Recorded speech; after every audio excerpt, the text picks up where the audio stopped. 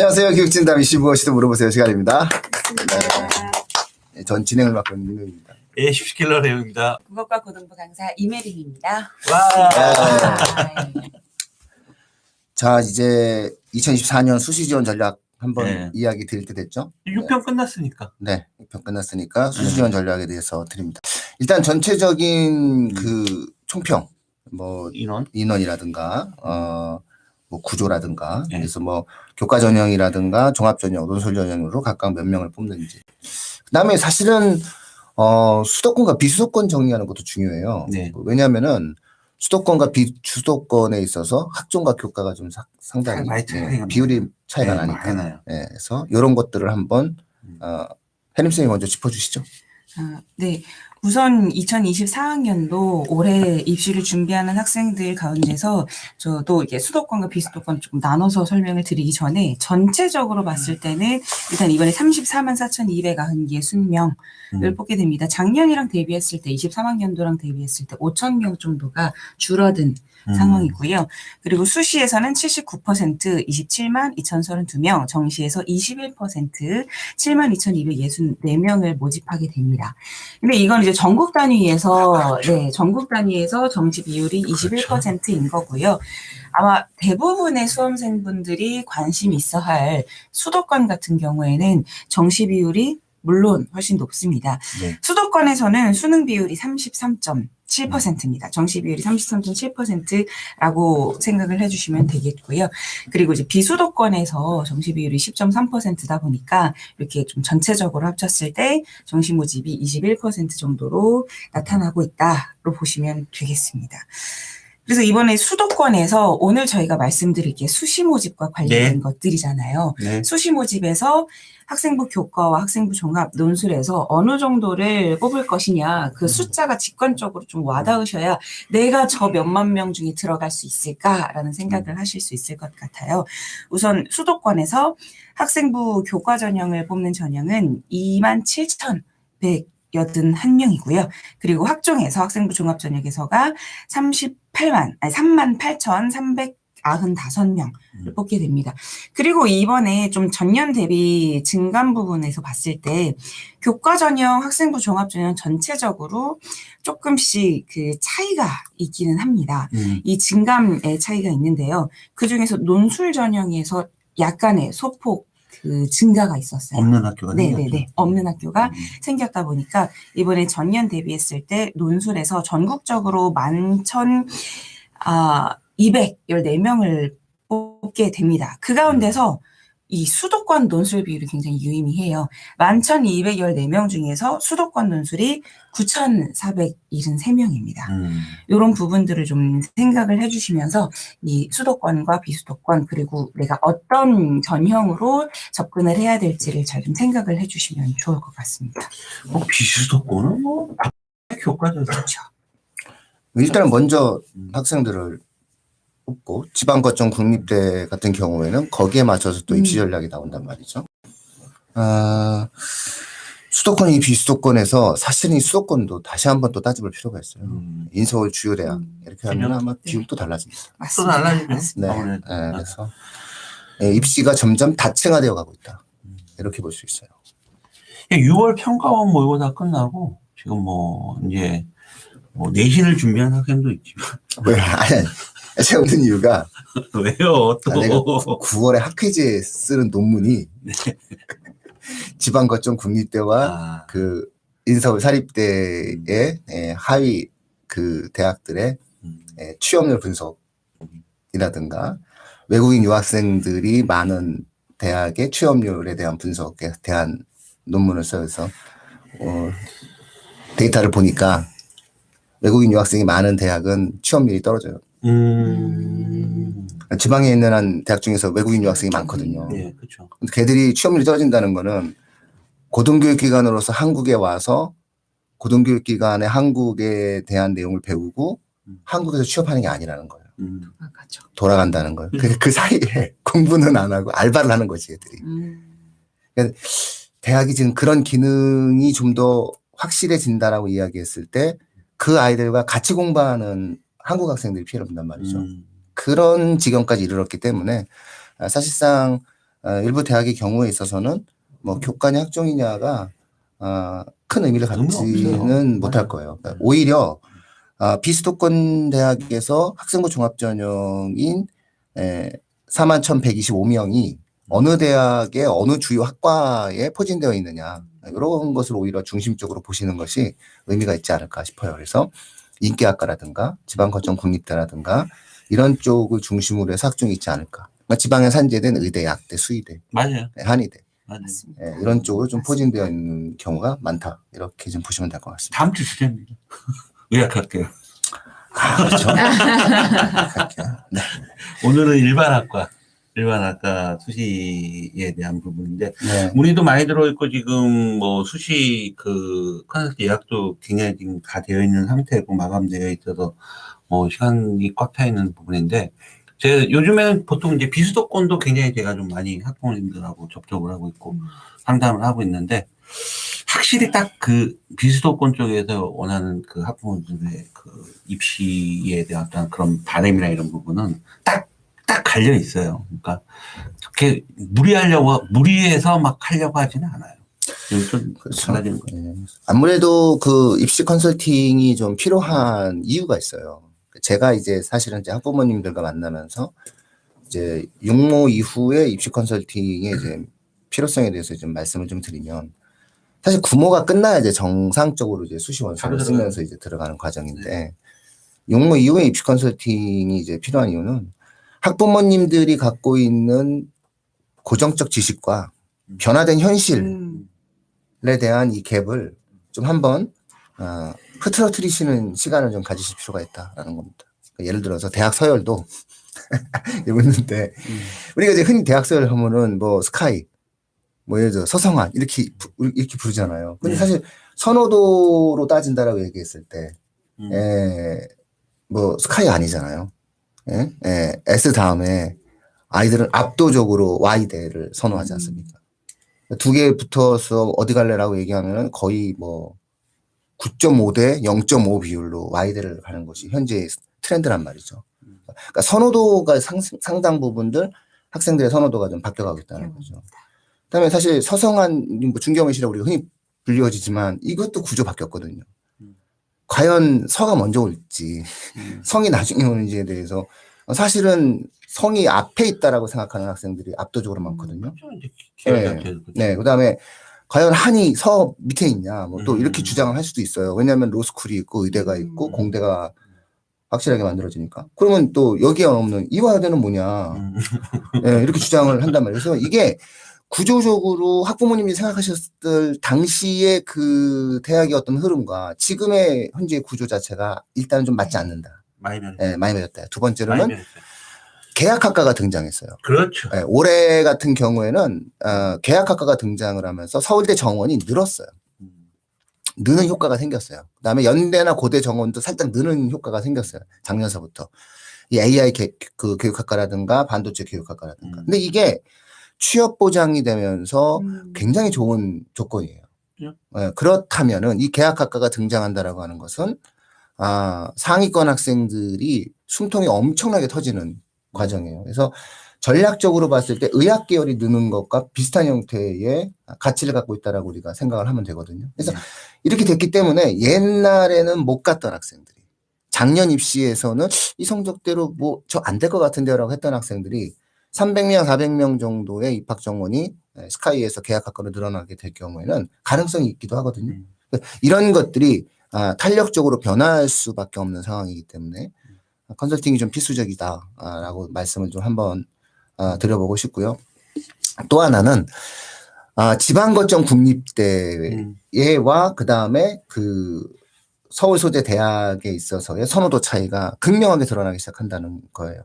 그래서 이것을 옳다 그르다의 어떤 사회 문제로 보지 마시고 현재의 트렌드가 과연 그런데 과연 이게 과연 그럴 만한 가치가 있느냐에 대해서는 개별적인 학생들의 어떠한 흐름에 따라서 각각 달라질 수 있죠. 아주 그냥 시원하게 얘기하면 대한민국에서 제일 먼저 만들어진 국립대는 부산대거든요. 서울대가 아니에요. 네. 그럼 이제 부산대가 만들어졌는데 부산대가 사실상 서울대학교의 예산의 3분의 1 정도밖에 못 받거든요.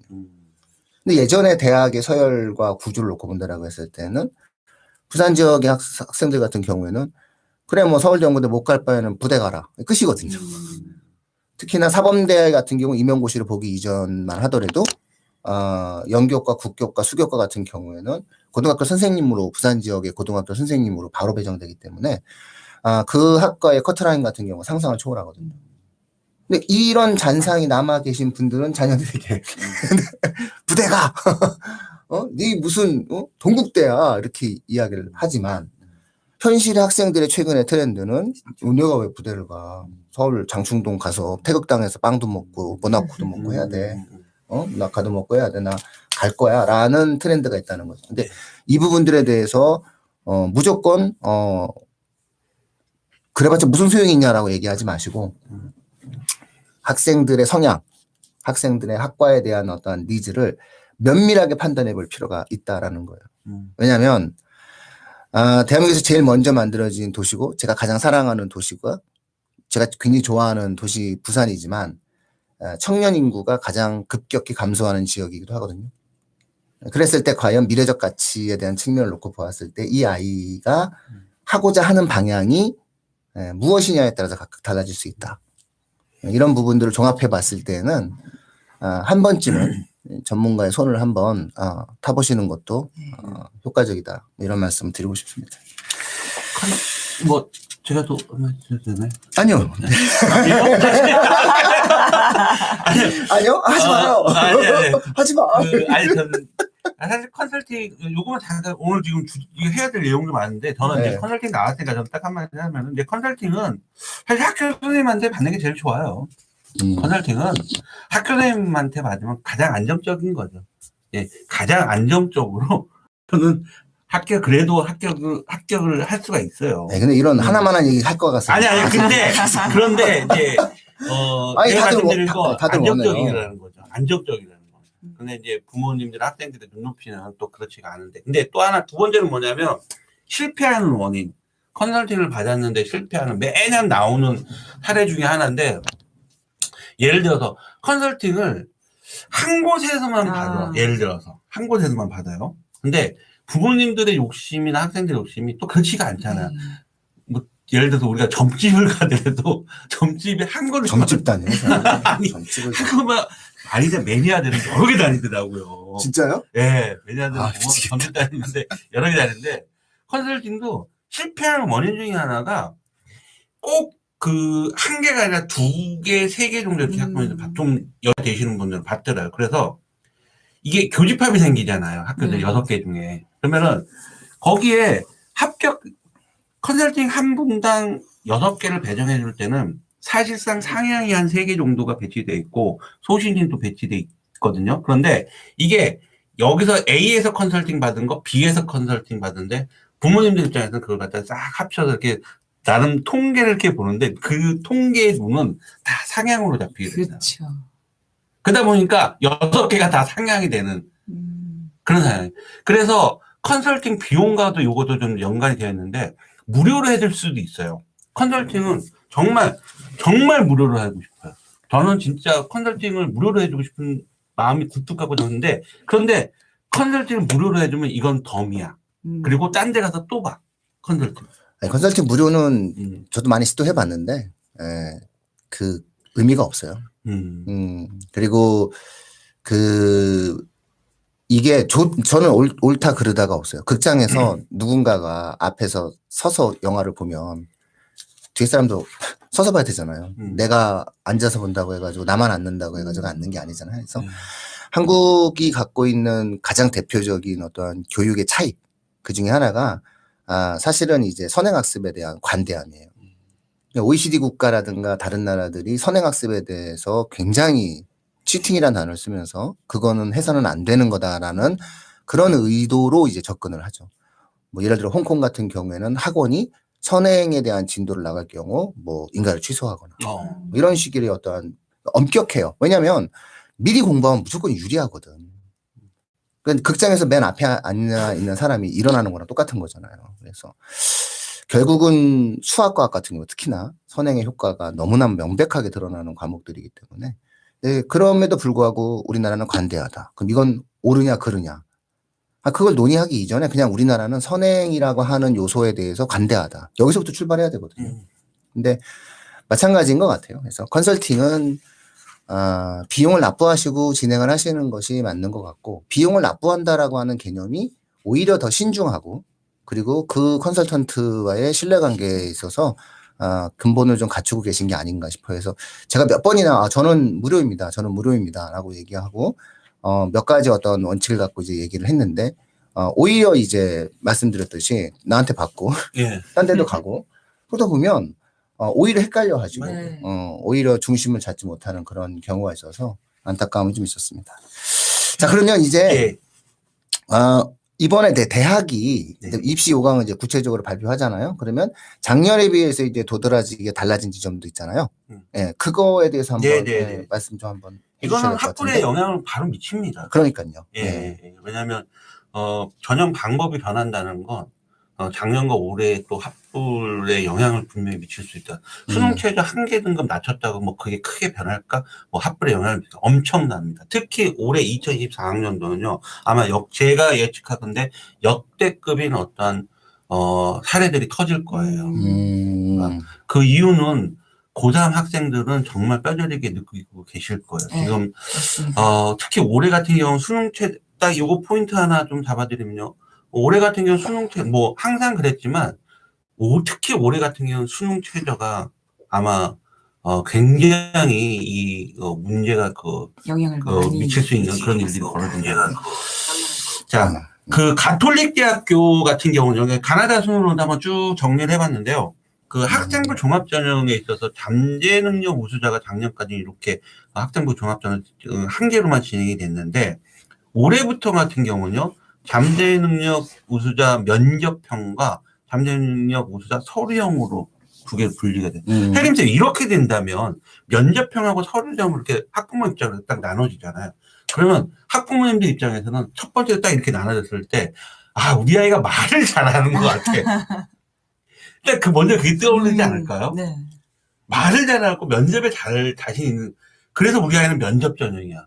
난 이런 느낌들이 많이 있는데, 네, 그럴 것 같습니다. 이것도 굉장히 하나의 또, 그렇게 보시는 것보다, 특히 이제 서류 전형 같은 경우, 면접 같은 경우 1단계, 2단계가 구성되어 있는 거고, 서류 같은 경우는 일괄합사 아니에요. 그러면, 따라서 서류 전형 같은 경우는 학업 역량이 굉장히 큰, 영향을 미치고 큰 전형이라고 보셔야 된다는 거죠. 그러니까, 결국 면접이 없어요. 그냥 서류로만 이렇게 딱 보고, 지금 자소서가 없는 상태잖아요. 그죠? 그냥 비교과 영역 반영들도 안 되는, 학업 역량이 굉장히 커지는, 그런, 학생부 종합전형의 한 부분이라고 보시면 될 것 같고, 그 다음에 논술 전형 같은 경우는 이제 간호학과가, 작년까지는 수능 최저가 세계 합육이요. 굉장히 높은 거죠. 세계 합육이면. 간호학과가 세계 합육이면 굉장히 높았는데, 올해는 세계 합칠 한 등급 낮아졌다. 요거도 아마 또 하나의 또 변수가 될 수 있는 거고. 자, 경희대 같은 경우는요. 논술 전형을 먼저 보면 작년 같은 경우 논술 70에 학생부 교과 30이 들어갔는데 올해부터는 그냥 교과 다 빼버렸습니다. 논술로만 순수하게 다 뽑아버린다는 거죠. 그 다음에 또 하나 특이한 점은 뭐 작년에도 그랬지만 원래 경희대가 중앙대 이런 대학들이 수리 과학 논술이었는데 과학 논술은 다 빠졌어요. 그런데 의학학 계열 같은 경우는 과학 논술이 들어갑니다. 올해도요. 그렇다면은 제가 전에 그 논술 저기 때도 얘기했지만 이 과학 논술이 들어가는 데는 아무래도 좀 경쟁률 자체가 그렇게 다른 수리 논술만 보는 대학보다는 그렇게 높진 않을 것이라는 걸 제가 또 말씀드려요. 왜냐하면 여기 보려고 뭐 과학 논술을 따로 준비를 해야 되는 그런 상황이 발생되니까 그것도 한번 참고해 주셨으면 좋겠고요. 자, 재미있는 일이 좀 하나가 있어요. 경희대학교가. 인문에 지리학과와 간호학과가 있거든요. 인문 쪽에. 여기 뭐 교과 전형 등록 받은 수능 최저가 작년까지는 국수, 영탐 중 두 개 합 5거든요. 여기서 수가 뭐 확률 통계, 미적분, 기하 아무 상관없었어요. 그런데 여기 제가 말씀드렸죠. 지리학과, 인문 지리학과 같고 간호학과 인문이 올해 수능 최저가 국어, 수학은 확률 통계, 영어, 탐구 중에 두 개 합, 세도 숫자는 같은데 특이한 건 수학은 학력 통계를 지정을 해버렸다는 거죠. 이제 미적 부분은 기하들은 안 되는 학생들은 거야. 지원 자체를 할 수가 없고 안 되는 거죠. 그러니까 이거는 이제 이과생들의 어떤 문과 침공을 좀 그런 부분도 생각했는데, 이런 대학들이 25학년도도 미리 좀 발표됐죠. 동국대라든지 서울시립대, 연세대, 중앙대 이런 대학들이 사탐에다가 가산점을 주는 거죠. 그러니까 이과생들이 문과 침공을 방지하기 위한 그런 또 시스템들이 좀 있는 것 같고, 그 다음에 경희대학교가요. 요거는 이제 변화된 건 아닌데 사실 작년도 똑같았어요. 학생부 교과 전형인데, 보통은 이제 학생부 지역균형이라고 해서 학생부 교과 전형은 내신 성적, 교과 성적을 100% 두고 있는데, 여기는 교과 성적 70에다가 교과 종합평가라고 해요. 30%가 들어간 거죠. 그러니까 이 얘기는 뭐냐면, 이 30%에서는 학종의 어떤 그런 그 느낌도 있다는 거죠. 즉, 얘기하면 전공적 값도 본다는 거예요. 그러니까 지원한 학과와 이 아이가 이제 이수한 과목, 뭐, 이런 부분들도 보기 때문에 아무래도 이제 세특과 전공 적합성, 이런 부분들도 유심히 좀 준비를 해야, 이거는 이제 준 학생부 교과지만 준 학생 종합 전형에 비슷한 어떤 그런 컷이라고 보면, 내신 컷은 한 서울 경희대 기준으로 1.7, 평균 1.7 정도 내신 컷 생각하시면 될 것 같고요. 또 경희대 같은 대학들이 또 있어요. 고려대도 교과 80에 서류 20이 있고요. 건국대, 동국대도 교과 70에 서류 30. 여기서 서류라는 건 학생부를 말하는 거예요. 학생부. 그러니까 학생부에 세특이라든지 전공적 값도 다 본다는 거예요. 그러니까 본인이 내신이 살짝 좀 부족한데 이 대학교에 지원하기 위한 학생부 교과 전형으로서 내신이 살짝 부족하다 느꼈지만 종합 전형을 좀 준비를 좀 많이 했던 학생들 같은 경우는 거기에 맞는 적합에 맞는 학과를 이런 식으로 지원해서 세특이라든지 전공 적합을 맞춰보는 그런 기회도 가질 수 있다라는 거예요. 그래서 동국대 같은 경우도 학생부 교과 전형인데도 입결을 보면 내신이 그렇게 살짝 높지 않은 그런 경우도 많이 있다라는 거죠. 좀 참고해 주셨으면 좋겠고요. 그 다음에 고려대학교가요, 변화된 내용 중에 하나는, 계열적 합, 고려대 학생부 종합전 학업 우수자 있고 계열적 합이 있었는데, 이 계열적 합에 1단계는 무조건 서류죠. 그 다음에 2단계가 작년까지면 서류 60에 면접이 40이었는데, 올해서부터는 면접을 50으로 늘렸습니다. 즉, 고려대학교 면접은 재시문 면접입니다. 즉, 심층 면접이거든요. 그래서 면접이 좀 더 강화된 그런 모습을 좀 보이고 있고요. 그 다음에 인문의 학교 추천의 학생부 교과 전형에서 인문 쪽에서는 작년까지만 해도 3개 합육이었는데 올해는 3개 합칠로 지금 체제를 줄여줬다. 그렇다면 수능 체제가 작년보다 좀 떨어졌다라고 좀 낮췄다라고 하면 상대적으로 내신은 좀 올라갔다고 생각하시면 될 거예요. 아무래도 네, 그렇게 보시면 될 것 같고, 그 다음에 학업 우수의 수능 체조도 인문 같은 경우는 4개 영역 합7이었거든. 학생부 종합 전형이 학업 우수 전형이 4개 영역 합7였는데 올해부터는 4개 영역 합8로 좀 낮췄고요. 그 다음에 탐구 영역도 작년까지만 해도 2개 합평균이었는데 올해부터는 1개로 바뀌었고, 자연계 같은 경우는 작년도 4개 합8이었고 올해도 합8이었어요. 그런데 달라진 건 뭐냐면 작년까지는 과탐이 2개 합평균이었는데 올해는 1개만 반영한다. 이렇게 보시면 될 것 같고, 반도체 공학, 아까 우리가 말씀드렸던 계약학과죠. 반도체 공학이라는 차세대 통신학, 여기는 4개 영역 합7이었는데 올해도 또 4개 영역 합7이지만 탐구를 2개 합평균에서 1개로 이렇게 바꾼 그런 부분이라고 보시면 될 것 같아요. 동덕여대가 아까 우리가 논술 전형이 살짝 늘었다라고 얘기를 했잖아요. 네. 이런 케이스가 이제 동덕여대, 없었던 논술 전형이 없었던 대학이 동덕여대 같은 경우는 논술 전형이 새로 신설해서 만들어졌고, 그 다음에 수능 체제는 2개 합7이다. 자, 그런데요. 동덕여대가 작년까지는 학생부 종합전형 동덕 창의 리더라는 게 항상 있었는데, 그때는 작년은 약대를 종합전형으로 선발하지는 않았었어요. 근데 올해는 약대를 선발합니다. 그 다음에 8명을 또 선발하고 있고요. 그 다음에 동덕여대가 학생부 교과 전형으로요. 약대를 작년까지는요. 수능 체제가 굉장히 낮은 거예요. 두 개 합사였거든요. 네. 두 개 합사였는데 이거 좀 변별력이 좀 문제가 있었던 것 같아요. 제가 볼 때는. 그래서 안 되겠다. 그래서 반대로 다른 대학들은 수능 체제를 낮추는 추세였는데 여기는 동덕여대 학생부 교과전 약대는 12명을 뽑는데 수능 체제가 올라갑니다. 3개 영역 한 6인데 영어는 빠져 있어요. 네. 영어는 이게 크죠. 예, 아예 빼버리는 거예요. 거기에 체제에 맞추면 안 돼. 영어를 가지고. 상당히 어렵게 만들었어요. 예, 국어, 수학, 과학 이렇게 해서 합육으로 이게 굉장히 또 힘든 거예요, 이거. 매우 어렵죠. 근데 두 개 합산은 그래도 해볼 만한데 갑자기 이제 오르는. 그러면 동덕여대의 학생부 교과 전형의 약대를 12명 뽑는데 올해는 그러면 내신이 작년까지 극상위를 치달았다면 요번에 조금 내신이 좀 이렇게 상폭이 떨어질 수 있는 그런 주제도 단 수능 체제를 맞출 자신이 있다면. 국어, 수학, 과학으로 뭐 맞출 수 있을 것 같은데요. 과학이 근데 하나니까. 비수도권 학생들 같은 경우는 제가 어렵죠. 요 근래에도 최근 1등급의 아이들 내신 맞추기, 세계 합육 맞추는 거 굉장히 육모를 봤잖아요. 그렇죠. 딱 봤더니 제가 1점 후반의 아이였는데 안 나오더라고요. 육모 가채점으로 제가 딱 봤는데 세계 합육이 안 나와. 그러니까 약대나 의대를 수능 체제가 안 되는 거야. 이게 많아요. 실제입니다. 이거 리얼입니다. 그래서 제가 올해 수시 전형에 진짜 역대급으로 좀 이변이 생길 수 있다라는 걸 말씀드린 게 이런 부분입니다. 특히 올해 고3들 같은 데 수능 체제가 굉장히 안 나올 겁니다. 그래서 그 부분에 대해서 좀 고민을 해보시면 좋을 것 같고 3.6대 한번 볼까요?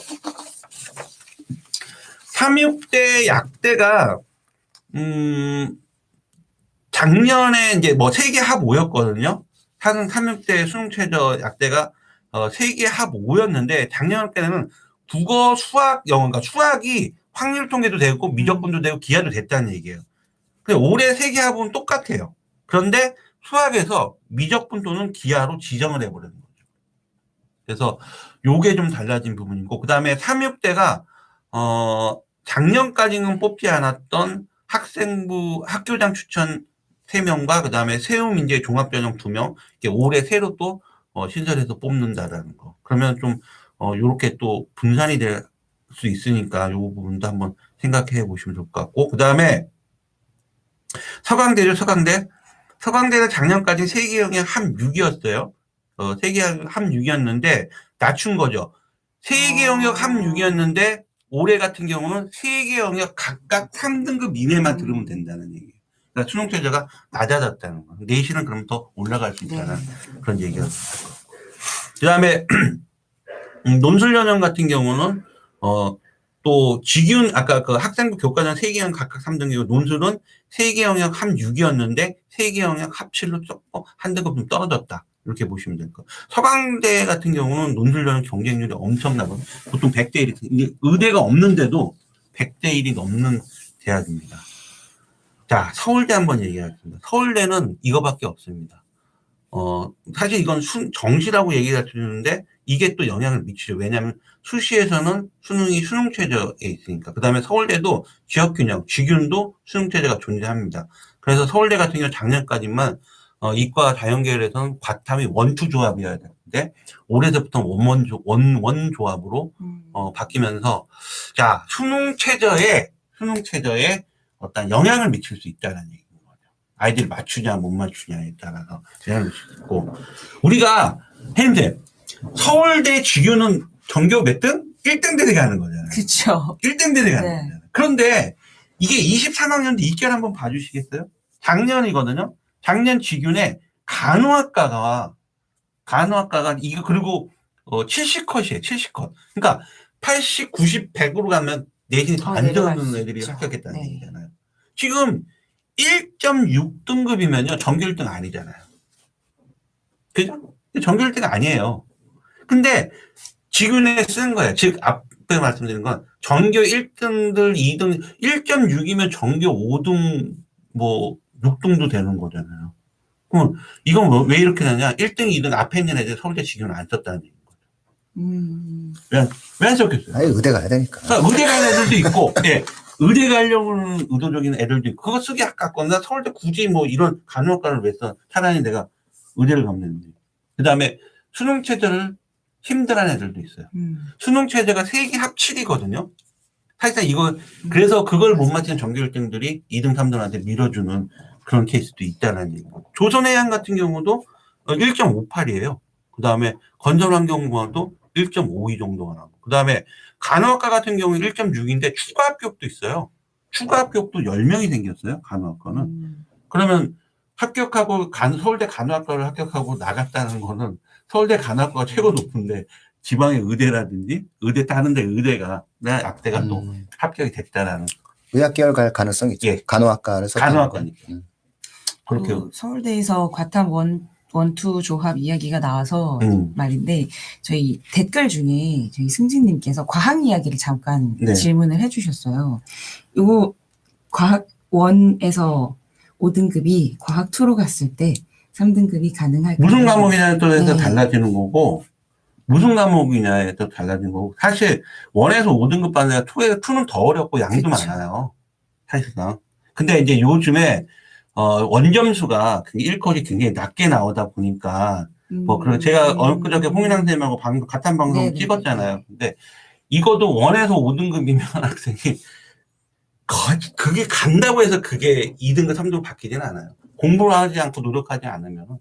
근데 1도 저 정도인데 2는 그 양도만 2배고 3배인데 개념이라도 한 바퀴 돌려야 되는데 불가능합니다. 제가 볼 때는. 제가 볼 때. 그냥 지금 등급 컷이 그렇게 나오다 보니까 컷 때문에 그렇게 말씀하시는 것 같은데 아무리 자기가 저기 한다 하더라도 가서 그다음에 또 첫째는 물투냐 화투냐 생투냐 지투냐 어떤 과목이냐에 따라서 또 달라질 수도 있죠. 뭐 과학 얘기 나왔으니까 뭐 저도 그러면은 말씀을 좀 드리면 우리 승진님, 예, 승진님한테 좀 도움이 될까 싶은데, 예, 전체적으로 이제 입시 요강에서 이제 올해 년도 입시 요강을 봤을 때 가장 두드러진 특징이 뭐냐면은 서울대가 과탐 1, 2 조합에서 그러니까 2를 무조건 해야 되는 거죠. 네. 근데 서울대가 1, 1으로 했다는 거죠. 그러니까 서로 다른 과목 2개를 해라. 이런 거거든요. 이게 거대한 영향이 미쳐요. 그러니까 사실 서울대가 현실에 포기를 한 거예요. 슬픈 거예요, 슬픈 거. 과학적인 측면이나 우리가 보통 이공계 인재적인 측면을 놓고 봤을 때 사실은 대한민국의 특목 자사고죠. 전국단위 자사고, 과고, 영재고 학생들 다 합쳐서 그 학생들의 숫자보다 수능에서 물리2를 선택하는 학생들의 숫자가 더 적어요. 이미 시장 내에서 서울대가 2를 선호하는 것 자체가 어려워지게 되는 거죠. 결국 서울대가 2를 포기한 상황에서 2를 보는 아이들은 수능에서 거의 이제 드문 상황이 만들어질 수밖에 없는 구조가 돼요. 그래서 올해 년도서부터는 2는 학생들이 선택 자체를 회피하게 되면 숫자가 점점점 줄어들게 된다. 이걸 한번 감안하셔야 될 것 같고요. 그러니까 작년의 데이터가 의미가 없어질 가능성이 좀 있다. 이런 말씀을 좀 드리고 싶고요. 두 번째로는 과탐을 지금 서울대가 원론을 했잖아요. 이건 뭐냐면 이제 두 과목 반영인 거잖아요. 근데 고대서부터 시작해서 성균관대까지 모든 대학들이 지금 올해 발표한 가장 특징적 내용 중에 하나가 뭐냐면 과탐 하나예요. 이건 입시의 거대한 변화예요. 왜냐? 몰빵이 가능해요. 특정 과목에 대한 몰입이 가능해버려요. 이 아이들이. 과학 공부에 있어서. 두 과목의 힘의 분산을 하는 것이 아니라 특정 과목에 아주 달라붙어서 이 과목만 내가 성적을 올리겠다. 네. 이거, 그러면 이제 빈익빈 부익부. 그게 물리는 아닐 거란 말이에요. 그게 물리 원은 아닐 거란 말이에요. 내신용이고. 물리 원은 아닐 거고, 그게 물투도 아닐 거고, 화투도 아닐 거고, 생투도 아닐 거고, 지구과학 투도 아닐 거란 말이에요. 5개 과목은 아니에요. 우리가 현실 속에서 놓고 본다고 했을 때. 그러면 화생, 지. 이 중에서 학생들은 특정 과목, 자기에게 맞는 특정 과목을 선택해서 이 과목만 드립할 거란 말이죠. 그러니까 과탐의 영역 자체가 상당히 다른 환경으로 만들어지게 돼요. 그러니까 공부의 몰입도가 상당히 높아질 거예요. 그래서 대답이 되셨나 모르겠습니다. 그래서 요 부분들이 상당한 변화된 내용으로 올해 입시를 쓰실 때서부터 시작해서 원서를 쓸 때까지도 아주 세심하게 고민을 해보실 사안이다라는 겁니다. 그래서 화학, 생물, 지구과학의 전쟁이 시작된 겁니다. 과학원이 무슨 과목인지 모르겠고 5등급 나왔다는데 무슨 과목인지 모르겠지만 사실상 과탐이 5등급 나오는 건 개념이 아직 안 돼 있는 거예요. 그래서 당일날 아팠을 수도 있어요. 그래서 좀 개념 인간을 통해서 개념이라도 조금 화학 그렇죠. 화학 힘들어요. 진짜 화학은 올해 같은 육모 같은 경우는 화학은 뭐 19번, 20번은 뭐 풀지 말라는 문제 같은 거죠. 그러니까 버리는 수준인 거죠. 시간도 부족하고 아마 선생님들도 다 못 풀어요. 30화학 같은 경우는 30분에 20문제를 구조적인 부분이 있는 거죠. 특히 또 화투 같은 경우는 암기하고 내용 2배, 3배가 많은데 그거를 화투로 바꾸는 건 더더욱 힘든 상황이라고 말씀드릴 수 있습니다. 네. 자, 성균관대로 가볼게요. 아까 그 민우님이 말씀한 내용이 여기 나오네요. 그죠? 네. 여기 나오는데, 자, 보세요. 작년 같은 경우는 이제 뭐, 예를 들어서 이과 자연계를 못하면 국어, 수학에서 미적분 기하, 그다음에 영어, 과탐, 원투. 그러니까 과탐이 2개가 있잖아요. 그러니까 과탐이 하나 있고 2개가 있는데, 그러니까 보통 대학들은 4개 영역에서 이렇게 하면 3개 합 6, 뭐 이렇게 얘기하는데, 성대는 원래 5개가 되는 거죠. 그러니까. 국어, 수학, 영어, 탐구 하나, 탐구 둘. 이과 같은 경우. 근데 그 구조는 이제 그대로 이어지는데, 특히 수학 같은 경우는 이과인데도 보시면 알겠지만 수학을 확률 통계도 되고 이제는 확률 통계도 되고 뭐 미적분 되고 다 된다는 거야. 아무나 된다는. 자, 사탐 같은 이과 같은 경우는 사탐을 꼭 하나 응시해야 돼요. 이과 같은 경우는 과탐을 꼭 하나 응시해. 아까 민우님 말씀하신 그 내용 그대로요. 그게 이제 좀 달라진다. 그러니까는 결국 모든 대학들이 이제 과학은 하나다. 서울대는 2개다.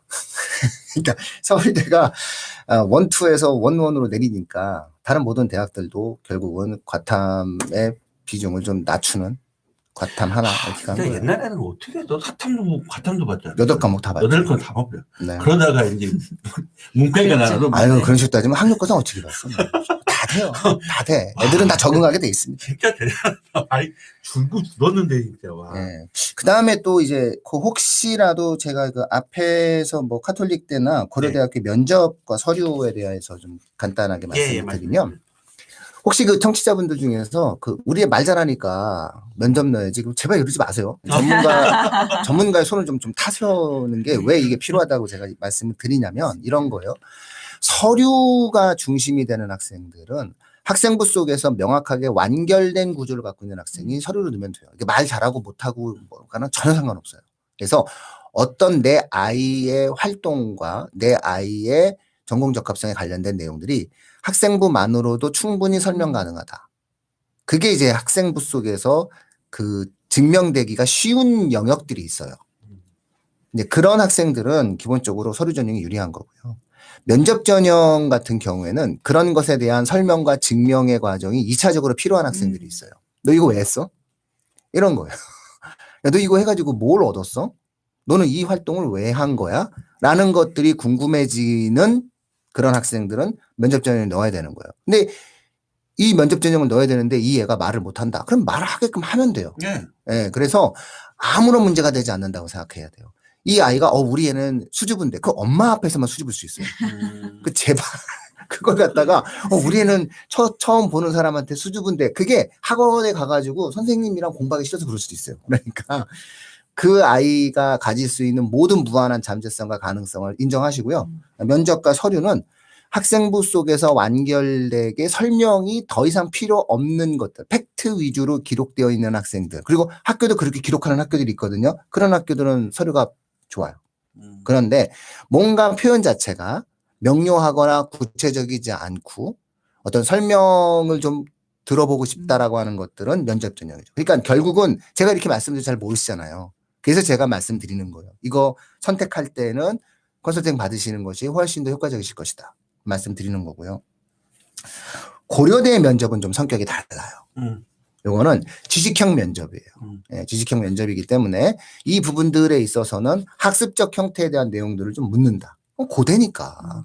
예, 선호도가 뭐 그렇다 하더라도 대한민국의 예, 탑 대학 아닙니까? 그래서 아시아 탑 대학이고, 그러니까 고대 같은 경우에는 명확하게 지식적 형태의 면접을 우리가 분명히 물을 것이다. 네. 그래서 좀 다른 형태에 대한 내용들이 있다라는 걸 말씀드릴 수 있을 것 같고요. 과탐 한 과목은 충격입니다. 그렇죠. 지구과학 시대가 펼쳐지네요. 그런데 아이들이 되게 어제도 전화 받은 내용 중에 하나가, 야, 학종은 이제 1학년 때는 1학년 때, 2학년 때 이제 미리 신청해서 내잖아요. 그랬는데 지구과학을 생각을 안 하고 있는 거지. 그러니까 대부분 아이들은 내신과 학종 뭐 이렇게 교과 학종 이런 식으로 이제 생각하다 보니까 물화생이 눈에 딱 들어오는 거야. 지구과학을 빼놔. 그리고 다른 사탐 하나든지 융합과학 이렇게 선택하는데 그거도 좀 나중에 또 별도로 방송해 드리면 될 것 같고. 아까 그 민우님 말씀드렸던 면접, 연세대도 그래요. 지금 연세대 추천 전형 이게 교과 전형이잖아요. 1단계 교과로 교과 성적을 100% 뽑고 그다음에 2단계에서 또 면접이 들어가는데 작년 같은 경우는 면접이 40%였어요. 근데 올해는 조금 이제 면접을 줄이는 거죠. 면접을 이게 이제 재신문 기반 지식형 면접인데 아무래도 이제 교과 성적을 좀 더 올리는 이런 부분. 연세대가 2025학년부터는 이제 그 수능 체제가 적용돼요.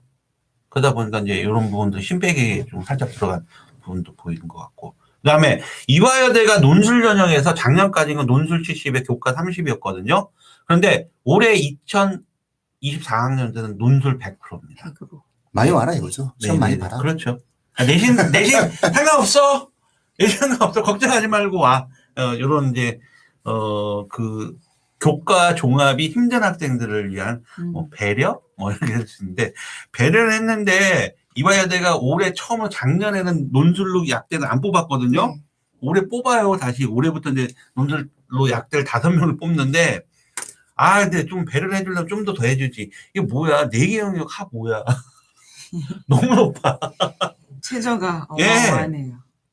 떨어져도 지방 의대가 이거. 그래서 최저가 굉장히 높은 그런 형태입니다. 네, 그래서 이화여대 같은 경우는 올해에 약대 5명을 논술로 작년까지 안 뽑던 논술로 약대를 뽑는다라고 보시면 될 것 같고, 그 다음에 중앙대거든요. 중앙대가 작년까지 학생부 종합 전형으로 다빈치 인재 전형이 있고 인재가 있었고 탐구형 인재가 있었는데 이게 다빈치가 이제 융합형 인재로 이제 바뀌는 거죠. 그다음에 탐구형 인재는 그대로 CAU 융합형 인재로 이렇게 이런 식으로 바뀌는데 먼저 탐구형 인재는요 서류 100%예요. 그러니까 면접이 없다고 보시면 될 거예요. 그러니까 서류 100%고 그다음에 융합형 인재는 1단계, 2단계 서류로 먼저 뽑고 2단계에서 이제 면접이 진행되는 그런 1단계, 2단계 단계형인데 자, 요거 좀 구분할 줄 아셔야 돼요. 이게 저희 중앙대에서도 많이 발표를 했는데 다빈치 전형 같은 경우는 일반 학생들이 많이 지원을 하고 있어요. 합격생들한테 추이나 이런 걸 보면요. 그 다음에 탐구는 특목 형태의 학생들인 거죠. 아무래도 다빈치 같은 경우는 학업 역량이 서류에서 학업 역량이 50%나 차지합니다. 그러다 보니까 아무래도 이제 그 학업 역량 50%를 차지하고 학업 역량을 중요시 하니까 좀 더 이제 수능 체제가 없잖아요. 그렇기 때문에 한 번 더 면접을 통해서 옥도를 가려내기 위한 그런 면접이 들어간다. 그래서 이게 학부모님들 입장에서 이걸 막 어디다 써야 돼? 형태는 융합형에 써야 돼? 탐구형 서류예요. 면접이 없어요. 그러니까 뭔가 내가 전공적 합을 위해서 생기부를 잘 만들었다. 중앙대학교 여기 융합형 면제는 그 서류 전형, 서류 기반 면접이거든요. 그렇기 때문에 생기부를 토대로 하는 면접이에요. 자소서가 없어졌기 때문에 내가 전공적합에 맞는 활동을 생기부에 잘 활동을 해서 녹여놨다라고 하는 학생들 같은 경우는 아무래도 이 면접을 활용해서 다빈치 전형을 활용하는 게 더 크다는 얘기죠. 단 서류에서 학업 역량이 50% 굉장히 크다는 얘기예요. 내신의 어떤 그런 포션이 굉장히 크다는 그런 부분들이 있죠. 앞으로 학생부 종합 전형이요. 학생부 종합 전형이 자기소개서라든지 비교과 영역들이 미반영되기 때문에 학업 역량, 내신의 어떤 영향력이 커지는 건 뭐 기정사실이죠. 그럼에도 불구하고 지역균형이라든지 학교장 추천이라든지 학생부 교과 전형이 존재한다는 얘기죠. 그러면 교과 전형 그 다음 내신의 아이들의 카드가 이제 이 종합 전형 뭐 교과 준종합 뭐 이렇게라고 생각하시면 될 것 같습니다. 그다음에 수능 최저가 이제 간호학과 같은 경우는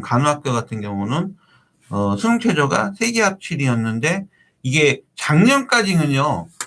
인문간호학과, 자연간호학과 이렇게 따로따로 뽑았어요. 그리고 수능 최저도 달랐어요. 네. 인문은 세계합칠, 그 다음에 자연은 세계합칠인데 수학은 꼭 미적이나 기하를 꼭 봐야 돼. 근데 올해서부터는 이제 이게 통합이 됩니다. 통합이 돼서 같이 뽑는데 27명을 뽑습니다. 문과, 이과, 간호학과 학생들 같이 뽑습니다. 근데 수능 최저가 국수 영탐, 즉 미적분이 이제 이과등 같은 그게 없어졌다는 얘기죠. 그래서 통합 수능 최저는 세계 합칠 똑같이 유지가 되고 있고요. 그다음에 논술 전형으로 약대가 중앙대가 약대를 뽑는데 4개 합5인데요. 작년 같은 경우는 과탐이 2개 합평균이었거든요. 올해 24학년도는 과탐은 이제 1개만 계속 그 얘기를 하고 있네. 약간 야관하다. 1개만 이제 계속 이거 엄청난 변화예요. 음. 올해 입시의 수시의 가장 큰 변화, 과탐 한 과목이에요. 그다음에 이제 마지막으로 홍익대학교 같은 경우는 홍익대학은 종합 교과 논술 수능 체제가 다 똑같아요. 예, 원래 인문 같은 경우는 3개 합칠. 그런데 올해부터 체제가 낮아졌습니다. 3개 합할로. 예, 그 이과는 원래 3개 합할이었어요. 그러니까 특이한 건 홍익대학교는 학생부 종합, 학생부 교과, 논술 전형, 수능 체제가 다 똑같다는. 요거에 이제 좀 관전 포인트를 줄 수가 있다는 얘기인 거예요. 이런 식으로 한번 변화된 얘기. 긴 시간 잘 한번 훑어 주셨습니다. 그래서 뭐 종합화 시키자면 다들 뭐 계속 반복적으로 말씀드리자면 이게 수능 체제를 맞추는 게임을 할 때 학생들이 이제 실제 현장에서 수능 체제를 맞춘다라고 이야기할 때 막판에 탐구거든요. 이것 때문에 학생들이 정말 많이 고민을 하고 육모 이후에 뭐 과목을 바꾸네 마네 이제 이런 어떤 고민들을 상당히 많이 하는데 지금 현재의 이 상태 굉장히 특이하게 이제 과탐 한 과목이다라고 하는 것이 올해 입시 지형에서는 상당한 변화를 아마 만들어낼 것 같아요. 그래서 개별적 학생들의 입장에서 놓고 보았을 때 이 학생이 어떻게 수시원서를 쓰는 것이 좋을까라는 부분들에 대해서 상당히 많이 혼란스러워할 수밖에 없는 상황이네요. 생기부를 그 민우님이 항상 얘기하지만 생기부가 얘가 이제 전공적화에 맞는 어떤 생기부를 이게 이제 이걸 갖다가 서류만 낼 것이냐 아니면 면접에 있는 종합을 낼 것이냐 그것도 갈라내는 것도 일반인들이 쉽지 않다는 얘기입니다. 그거는 저 전문가 손을 빌리시는 게 좀 좋고요. 전문가도 좀 온전하게 그러세요. 이렇게 말하면 되게 얄미울 수 있는데요. 그거 어쩔 수가 없어요. 어쩔 수가 없다라고 생각을 하시면 될 것 같고요. 그래서 요즘에 막 그렇게 저희도 유튜브를 하고 내용들을 진행을 하지만 상업성이 굉장히 강하거나 이런 사람들이 좀 많이 나타나서 안타깝긴 합니다. 그다음에 또 저도 한번 보내는 학부모를 이제 학생 자녀를 보내는 학부모님들이 또 컨설팅으로 많이 또 일선에 나와 계시는데 그거는 굉장히 극한된 어떤 부분이 크게는 많이 못 보시는데 이분들이 또 막 얘기를 해서 또 혼란스러운 또 문제를 또 만들어낼 수 있다는 거죠. 왜냐하면 저희 같은 경우는 보통 27년, 25년 이상이에요. 그러니까 수능이 여러 번 바뀌어도 계속 그 흐름을 보고 있고 입시의 변화도 계속 보고 있으면서 그런 추이들이 다 머리에 축적되어 있는 거거든요. 예를 들어서 진학사 유예 이런 것 같은 경우는 작년 데이터를 토대로 올해의 점수들이 이제 형성하고 그러는데 사실상 입시가 변하면 그런 AI에 대해서 진행되는 거는 결국 수칙 데이터 점수로 요거로 계산하는 건데 사실상 이거는 과거에서부터 계속 축적된 어떤 그런 데이터가 더 필요하다는 얘기 좀 꼭 말씀드리고 싶습니다. 저희 휘뚜루 님께서 질문해 주신 것 중에 논술도 최저 맞추는 용으로 과탐 1개만 준비해도 될까요? 라고 질문을 해 주셨어요. 좋죠, 저는. 왜 논술 생각한다면 내신이 3등급 후반에서 밑으로 갈 텐데, 논술은 최저발입니다. 논술은 논술을 응시하는 학생들 보세요. 기본 일반고 기준입니다. 논술을 응시하는 학생들은 교과 성적과 학생 종합 준비가 안 되어 있기 때문에 논술을 쓰는 거잖아요. 그러면 비교적 이 논술을 쓰는 아이들의 내신은 어느 정도 대략 감이 나오잖아요. 일반고에서 그 정도 내신의 학생들이 두 개 합어도 사실상 쉽지 않다는 거예요. 제가 10여 년 동안 논술 전형으로 아이들 많이 합격시켰지만 논술에 응시하는 학생들 70% 이상이 논술을 못 써서가 아니고요. 수능 취지를 못 맞춰서 떨어진 학생들이 굉장히 많았다는 거죠. 그러니까 이걸대로 한두 개 정도는 저도 적극 추천해 볼 수 있다는 거예요. 그리고 논술을 별도로 준비해야 되냐 사실상 인문 논술이냐 과학을 했으니까 이과 논술인데 수학 논술은 예전에 비해서 이렇게 난이도가 있고 높고 힘들고 그러진 않아요. 교과 검주 내에서 출제되는 거기 때문에 기출 문제 한 번씩 풀어보면 큰 문제는 없을 거예요. 네. 올해 수시에 있어서 제가 이거 과탐 한 과목의 영향에 대해서 이게 의미가 있습니다라고 말씀을 드렸는데, 그럼 이게 무슨 의미가 있냐 이거 말씀을 드릴까 말까 했는데 그냥 마지막 멘트로 말씀을 드리겠습니다. 네. 이 과탐의 한 과목이 반영이 되는 이 구조가 만들어질 때의 전체적인 총 가이드라인을 맞추는 과정에 대한 내용을 놓고 본다라고 했을 때는 사실상 이제 수능 최저 싸움은 자연계열 학생들 같은 경우에는 국어 영어가 될 겁니다. 왜냐하면 어차피 수학은 본인의 등급이에요. 이게 3이면 3이 나오는 거고 2면 2가 원래 나오는 거예요. 1이면 원래 1이 나오죠. 그래서 등급 간의 격차가 별로 없어지게 될 거고, 과탐의 경우에도 4개의 과목, 예를 들어 우리가 2개의 시험을 본다 이렇게 얘기했을 때 그중에서 가장 잘 된 과목을 이제 보게 된다는 거죠. 그래서 영어를 우리가 기본적으로 1등을 받는다, 90점 이상을 받는다라고 이야기했을 때 변별성에 관련된 내용들을 놓고 본다면 국어죠. 따라서 올해 수시 원서를 쓰는 학생들의 경우에 있어서 최저에 대한 고민을 할 때에는 과거에는 무조건 과탐이었어요. 얘가 과탐을 맞출 수 있을지 없을지가 포인트예요. 이게 어떤 키맨의 역할을 하는 거였어요. 네. 올해 같은 경우에는 과탐과 국어를 갖고 같이 한번 확인을 해보셔야 돼요. 얘가 과연 수능 최저를 맞출 수 있을 것인지, 네, 이 영역에서 이게 가능한 것인지, 이런 것들을 갖고 한번 이야기를 해보실 필요가 있을 것 같아요. 질문 또 질문이 있나요? 네, 아까 휘두루님께서 이제 이야기를 해주셨던 건데, 수리논술 준비하면서 정시도 대비하려면 2개를 다 해야 하는 거 아닌가 해서요, 이런 말씀을 해주셨고요. 그리고 또 이제 당아리님께서 안 그래도 저희가 특히 이제 최저를 맞추고 이런 수능에서의 중요도가 높아지는 것 중에서 국어가 중요하다고 위원님께서 말씀해 주셨는데, 이 당아리님 아이가 국어 준비를 전혀 하지 않고 맨날 수학과학 준비만 해서 너무 걱정이 많이 되신다. 국어 빠지는 데가 아니죠. 수능 최저에서 국어 안 한다면 거의 나중에 국어 안 되면 나중에 수학 과학도 안 돼요. 국어 안 되면. 저희 아이들도요.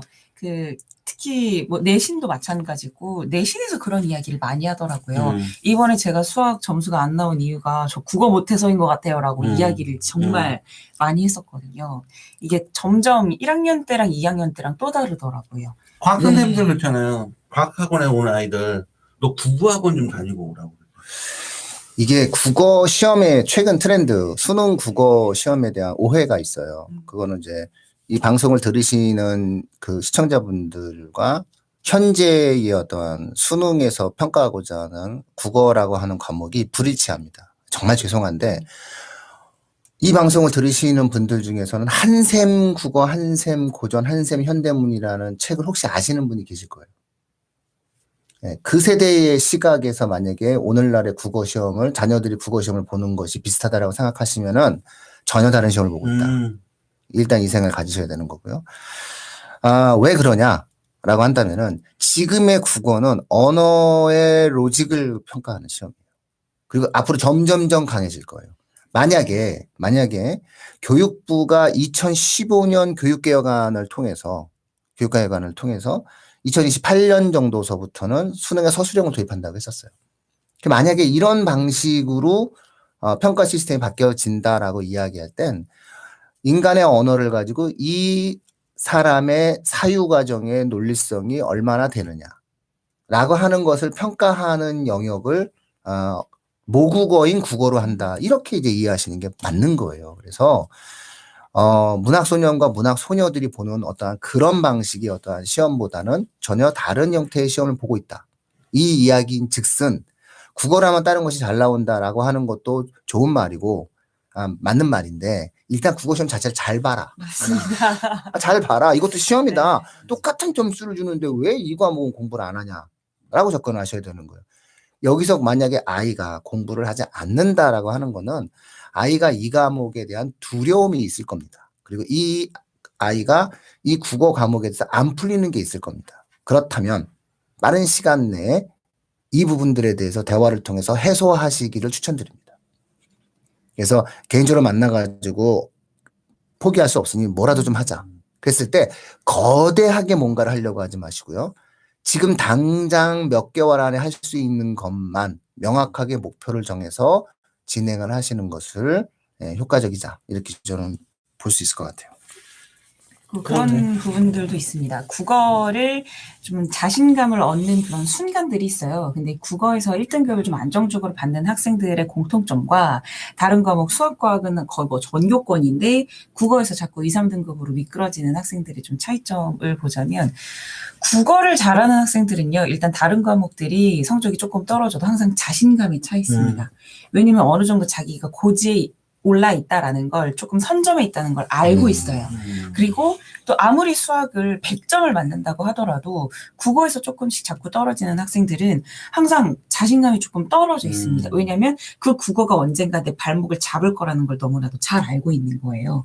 그래서 국어가 가져다 주는 것이 그냥 다른 과목들과 뭐 동일한 점수를 주는 것 플러스 우리 아이에게 어느 정도 입시에 있어서 내가 조금 더 선점할 수 있는 고지를 밟고 갈 수 있는 것이다. 그 부분을 저는 조금 많이 말씀을 드리고 싶어요. 좋은 말씀입니다. 네. 오늘 아주 뜨거운 댓글 감사드립니다. 제가 서머라스를 끼는 이유는 우리 혜임쌤이 여성분이잖아요. 하나 여성분은 거울을 봐야 되잖아요. 내가 가끔 제가 도움을 많이 받고 있습니다. 네. 제가 선글라스 끼는 이유는 그럼 나 말할 때 좀 쳐다봐요. 민호님은 나 말할 때 왜 안 쳐다봐요? 내가 거울에 움직이면 안 되지. 거울은 딱 정방향을. 슛 보니까는 좀 이상하던데. 슛 내려야 되겠어, 그거. 슛 영상. 이상하던데. 이러면서. 내가 그랬나? 슈츠야. 그좀 썸네일 좀 이상해. 네네. 알겠습니다. 알겠습니다. 다음 주는 또 이제 의학학 계열에 좀 더 집중적인 분석을 좀. 네네네. 지금 막 뭐 하나 올라왔는데 어떤 내용이죠? 부산대 논술인데. 네, 저희 피카소님께서 부산대 논술 범위에 확통이 추가되었는데 미적을 한 아이는 확통 준비를 어느 정도까지 해야 될까요? 확통 준비, 그러니까 2학년 때 확통을 안 했나 보죠? 그러니까 3학년 때 선택을 확통을 안 했나 보죠. 그런데 논술 전형에서 나오는 확통은 그러니까 기본적으로 그러니까 크게 막 어렵고 난이도 있는 그런 부분들이 아니에요. 그래서 기출 문제만 어느 정도 좀 풀어보고 하더라도 충분히 풀 수 있는. 왜냐하면 그때 우리 박재홍 선생님 논술 선생님 있잖아요. 그러니까 예를 들어 그런 얘기도 해봤어요. 나 확통 선택 안 했는데 왜 확통이 논술에 나오는 거야. 근데 큰 문제가 없어요. 제가 볼 때. 그러니까 그렇게 난이도, 왜 그러냐면 옛날 한 10년 전만 하면은 논술을 한다면 막 교과 범주 외에서도 나오고 막 그럴 때는 좀 곤란하고 좀 됐었는데 요즘은 다 교과 범주 내에 있기 때문에 뭐 큰 문제는 없다는 얘기인 거죠. 확통 선택 안 했다는 얘기잖아요. 네. 안 해도 뭐 또 다른 개념으로 확인할 수 있으니까요. 논술은 어떤 개념을 갖고 어떤 문제를 해결하느냐라는 부분이니까 아이가 정말 미적까지 해서 수학에 그 인사이트가 있으면 뭐 수원 수투의 개념을 이용해서라도 해결할 수 있겠죠. 물론 살짝 보면 좋긴 한데 세상의 모든 것들은 시간에 대한 선택이에요. 내가 이걸 선택함으로써 버리는 것들이 생기는 거죠. 그러니까 뭘 하면 좋다라고 해가지고 막 뭘 하실 생각을 하시면 안 돼요. 내 아이의 시간이 24시간이에요. 이걸 잊으시면 안 돼요. 내가 이걸 선택하면 뭘 못한다는 생각을 갖고 내 아이의 시간에 대한 소중함을 일단 먼저 생각을 하신다면은 거기서부터 모든 선택은 가능해질 것이다. 이렇게 볼 수 있습니다. 네. 저희 오늘 마치고요. 댓글 달아주신 모든 분들께 네. 감사드립니다. 감사드립니다. 다음 시간에 또 네. 찾아뵙겠습니다. 제 설명의 영상도 가만있어 봐요. 아니야. 나 설명의 영상 이렇게 설명의 영상 이렇게 막 이렇게 조회수 높여주셔서 감사하다고. 네, 알겠습니다. 네. 예. 자, 감사드립니다. 네. 감사합니다. 내용님으로 고생하셨어요. 네.